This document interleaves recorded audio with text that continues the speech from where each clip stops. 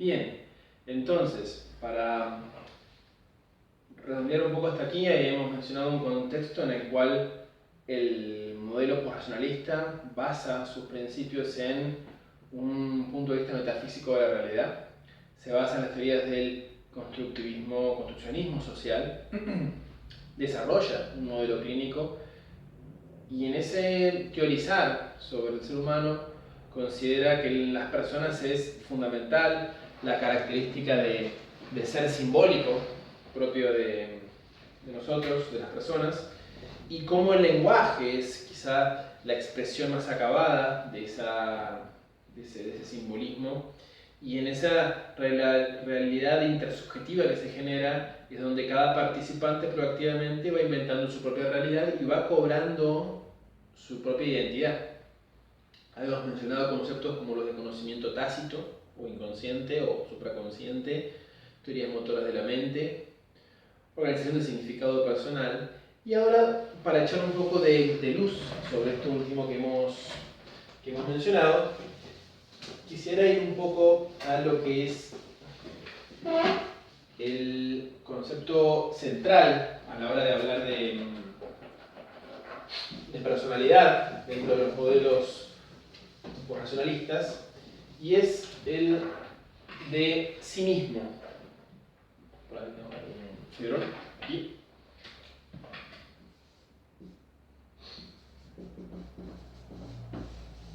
Bien. Este concepto de sí mismo es nuclear en el modelo posracionalista. Y para poder entenderlo nos tenemos que remontar a los primeros pasos del organismo.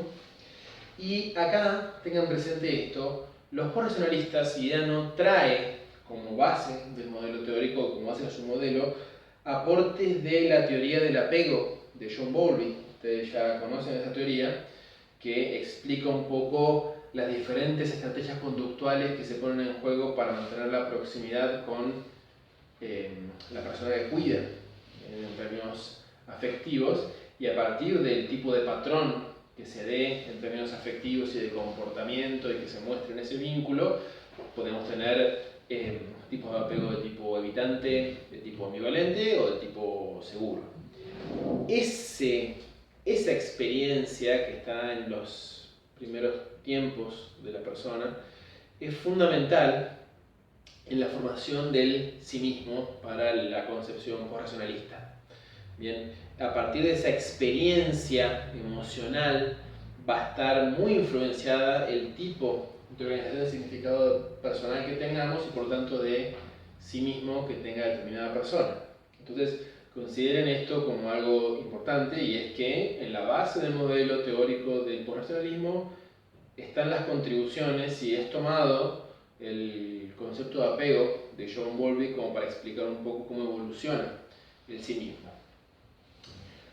Partamos ahora en dos esta dimensión y refirámonos primero al yo, como esa parte del sí mismo que es la primera en aparecer. Bien, cuando nacemos, ¿sí? el infante, en los primeros meses, ya a partir de nuestras primeras experiencias, en el niño o la niña, tenemos un yo que se encarga de vivenciar a nivel emocional y experiencial todo lo que sucede, y es dentro de las partes del sí mismo lo que está primero. ¿Bien? El yo básicamente va a tener la función de experimentar el mundo y de vivenciar las emociones. Y posteriormente, con el surgimiento del lenguaje, aparece la segunda parte del conforme de sí mismo, que es lo que llamamos el mí. El mí va a estar vinculado al lenguaje y va a tener la función, por así decirlo, de ir narrando, ir creando una narración respecto de lo que acontece para el yo. Bien, por eso está vinculado al lenguaje, ¿sí? El mí está en un plano explícito, donde el lenguaje va narrando, abarcando lo vivenciado emocionalmente por el yo, Y el yo está en un lenguaje implícito, inconsciente, donde allí se forman los procesos tácitos de conocimiento en términos de lo que recién mencionábamos. Por eso está primero, y siempre va primero en términos experienciales. Si uno tuviese que hacer una pequeña metáfora, imagínense un yo que va primero experimentando y vivenciando emocionalmente las cosas que pasan, y por detrás viene un mí todo el tiempo dándole una estructura narrativa a esas vivencias, intentando generar, como es la tendencia de lo que se llama organización de significado personal, intentando generar una coherencia permanente en la narración de las experiencias del yo. ¿Sí? Eso es lo que llamamos un sistema autoorganizativo que todo el tiempo intenta narrar y darle un sentido de historia viable y fiel a lo acontecido en el yo. Bien, abarcar con narraciones lo experimentado en el yo, y en ese punto uno podría decir es en el proceder clínico donde lo que se busca en términos de conocimiento y de abstracción del conocimiento es ampliar la narrativa mediante co-creaciones, ¿sí? o invenciones de nuevas narrativas y volviendo a experimentar ciertas emociones, ampliar la narración que el mí hace respecto del yo, porque en esa dinámica del sí mismo, en ese interjuego que se conforma esta organización entre el yo y el mí, muchas veces quedan por fuera de la narración del mí experiencias del yo, y esas cosas que quedan por fuera son las que a veces vuelven los conocimientos más inviables por falta de coherencia interna en la narración del sí mismo, que tiene que ver al fin y al cabo con la identidad y la autoimagen que se devuelve la persona, ¿sí? Y ahí ya nos podemos meter un poco en la concepción psicopatológica del posracionalismo, que inclusive tiene su propia clasificación diagnóstica, donde ellos consideran que las organizaciones de significado personal que se pueden dar a partir de los tipos de apego y de las reglas tácitas con las cuales cada OSP narra su experiencia son 4, y son la organización de tipo depresiva, la organización de tipo obsesiva, la organización de tipo evitativa o fóbica y la organización de tipo dápica. Bien, esas son las 4 formas de organización de significado personal que existen, no existen más. Cada persona es encuadrable, por así decirlo, en ese tipo de organización de significado personal. Ahora bien, eso no es sinónimo de neurótico o psicótico. ¿Cómo se entiende la concepción de enfermedad dentro de este punto de vista? Tenemos que las OSP, dijimos, son, en primer lugar, de tipo depresiva. Podemos hablar de fóbica, obsesiva y finalmente dápica. Dápica viene a hacer alusión a los desórdenes alimenticios psicógenos, ¿sí? De origen psicológico, por eso el término dápico. Estas son las 4 posibles formas de organización de significado personal. Ahora bien, cada persona está enmarcado dentro de este tipo de organización de significado personal. Sin embargo, en términos de concepción psicopatológica, tenemos un continuo entre neurosis y psicosis, donde cada una de estas organizaciones de significado personal, podemos, por ejemplo, considerar acá una OSP de tipo depresiva, bien, en este continuo puede estar más cerca de la neurosis, bien, que de la psicosis, ¿sí? Esa es un poco la concepción psicopatológica. ¿Y de qué depende la cercanía de la neurosis o la psicosis? Tiene que ver con el nivel de concreción del conocimiento. Mientras el conocimiento que maneje la organización de significado personal sea más concreto, más cercano a criterios diagnósticos de tipo psicóticos. Mientras más abstracto sea el conocimiento que maneje la organización de significado personal, más cerca va a estar de lo que llamamos o consideramos neurosis, ¿sí? Es Es un poco el criterio psicopatológico que maneja el posracionalismo, sin meternos en detalles, claro, porque recuerden, esto es una materia de carácter teórico, no de carácter clínico, así que sin indagar en mayores detalles, pero eso es un poco la concepción de psicopatología. ¿Cómo se aborda clínicamente? Un poco cuál es la propuesta del modelo, es poder lograr que la persona se convierta en un narrador más consciente de su experiencia, y esto lo haga mediante ejercicios o intervenciones que apunten a ir intercambiando entre el rol de participante de la experiencia y narrante, ¿sí?, u observador de esa experiencia. De hecho, si ustedes se fijan, y esta es una metáfora que utiliza el modelo clínico, en términos casi como si fuese una escena de película, el yo sería aquella parte que es protagonista, que actúa, que vivencia, y el mí sería la parte que viene a ser un poco la parte que redacta y que hace el guión de la vida y que va convirtiendo un poco aquellas cosas que aparecen por azar, las convierte en destino, por cómo terminan sonando después a partir de una narrativa.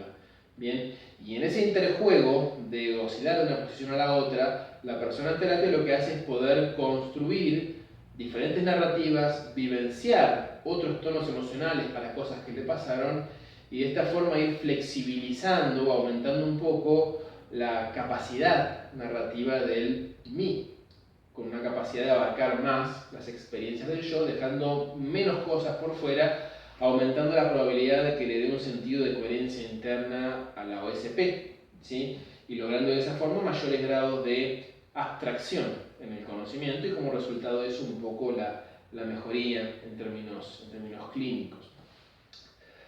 Para ir cerrando y ya dejando en claro algunas pautas, conceptos centrales: el concepto de sí mismo, de organización del significado personal, que no es ni más ni menos que la idiosincrasia con la cual cada organismo organiza su estructura narrativa y las reglas con las que cuenta para llevar adelante las narraciones de sus experiencias que se dan en la dimensión del yo, que es la que, digamos, brinda el material para que el mí vaya narrando esa experiencia, y siempre está en juego esa dinámica a lo largo de la vida.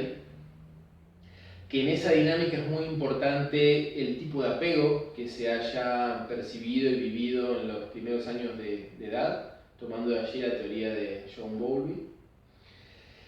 Que en la formación de sí mismo es fundamental la idea de identidad y de autoimagen, y que eso es propio de nosotros las personas, no de otros animales, por justamente nuestra característica de seres interpersonales y simbólicos, mediados por el lenguaje, que nos permite esa diferenciación respecto del otro y esa representación que nos da el sí mismo. Y que las personas son en esencia constructoras de realidades y que no hay un monopolio de la verdad absoluta que me permita referenciar criterios de validez para el conocimiento, a diferencia de modelos de tipo más racionalistas, y que esa concepción de realidad lo que hace básicamente es influir en todo el resto del modelo. Bien, hasta ahí entonces algunas características generales de este modelo, un poco la teoría de lo que es el posracionalismo de Guiano. Como ustedes verán, para hacer terapias cognitivas son modelos un poco más complejos en términos del bagaje teórico y la explicación que dan a la formación de la personalidad y del sí mismo, muy diferente de los modelos de Beck o de Ellis, ni hablar de conductismo, ¿no? Eso está años luz de lejanía. Sin embargo, bueno, comparten algunos puntos. Es un modelo que obviamente realza y vuelve a dejar a la dimensión de las emociones en otro lugar. De hecho, esa es una crítica fuerte que le hace a las terapias cognitivas, que es que en terapia cognitiva racionalista, beckiana, por ejemplo, de Beck, la emoción no es ni más ni menos que una consecuencia secundaria ahí del pensamiento que estoy teniendo. Cambio el pensamiento, cambio la emoción, ¿sí? Entonces queda como en un lugar relegada el papel de la emoción. En cambio, en el posracionalismo, la dimensión emocional vuelve a tener muchísimo protagonismo, ¿sí? De hecho, en clínica está muy dirigida a estimular la expresión de las emociones, porque busca volver a revivir ciertos sucesos pudiendo cambiar o ampliar los tonos emocionales con los cuales han sido vividos y construir nuevas narrativas para esos tonos emocionales. Entonces vuelve a ser o a tener un protagonismo que había perdido un poco en lo que son las terapias cognitivas, donde la emoción no era ni más ni menos que una consecuencia, así como también lo era la conducta, del pensamiento, ¿sí? Que es el protagonista, digamos, por decirlo de alguna forma, que es la cognición. Bien, entonces, esta clase va a ir acompañada del correspondiente PowerPoint, de algunos artículos que sean de soporte bibliográfico para lo recientemente explicado. Un poco acabo de resumir o realzar los conceptos que esperamos manejen para la cátedra. Quedan por fuera cuestiones clínicas, recuerden que esto no es una asignatura de carácter clínico, no se le va a preguntar qué es una organización de significado personal de tipo DAPICA, no viene al caso, se menciona porque es importante mencionarlo porque no puede dejarse de lado y sirve a modo de ejemplo también, pero no son cosas que se vayan a preguntar esas en particular. Sin las diferencias fundamentales con los modelos racionalistas en la concepción de realidad y algunos de los conceptos centrales que acabamos de mencionar.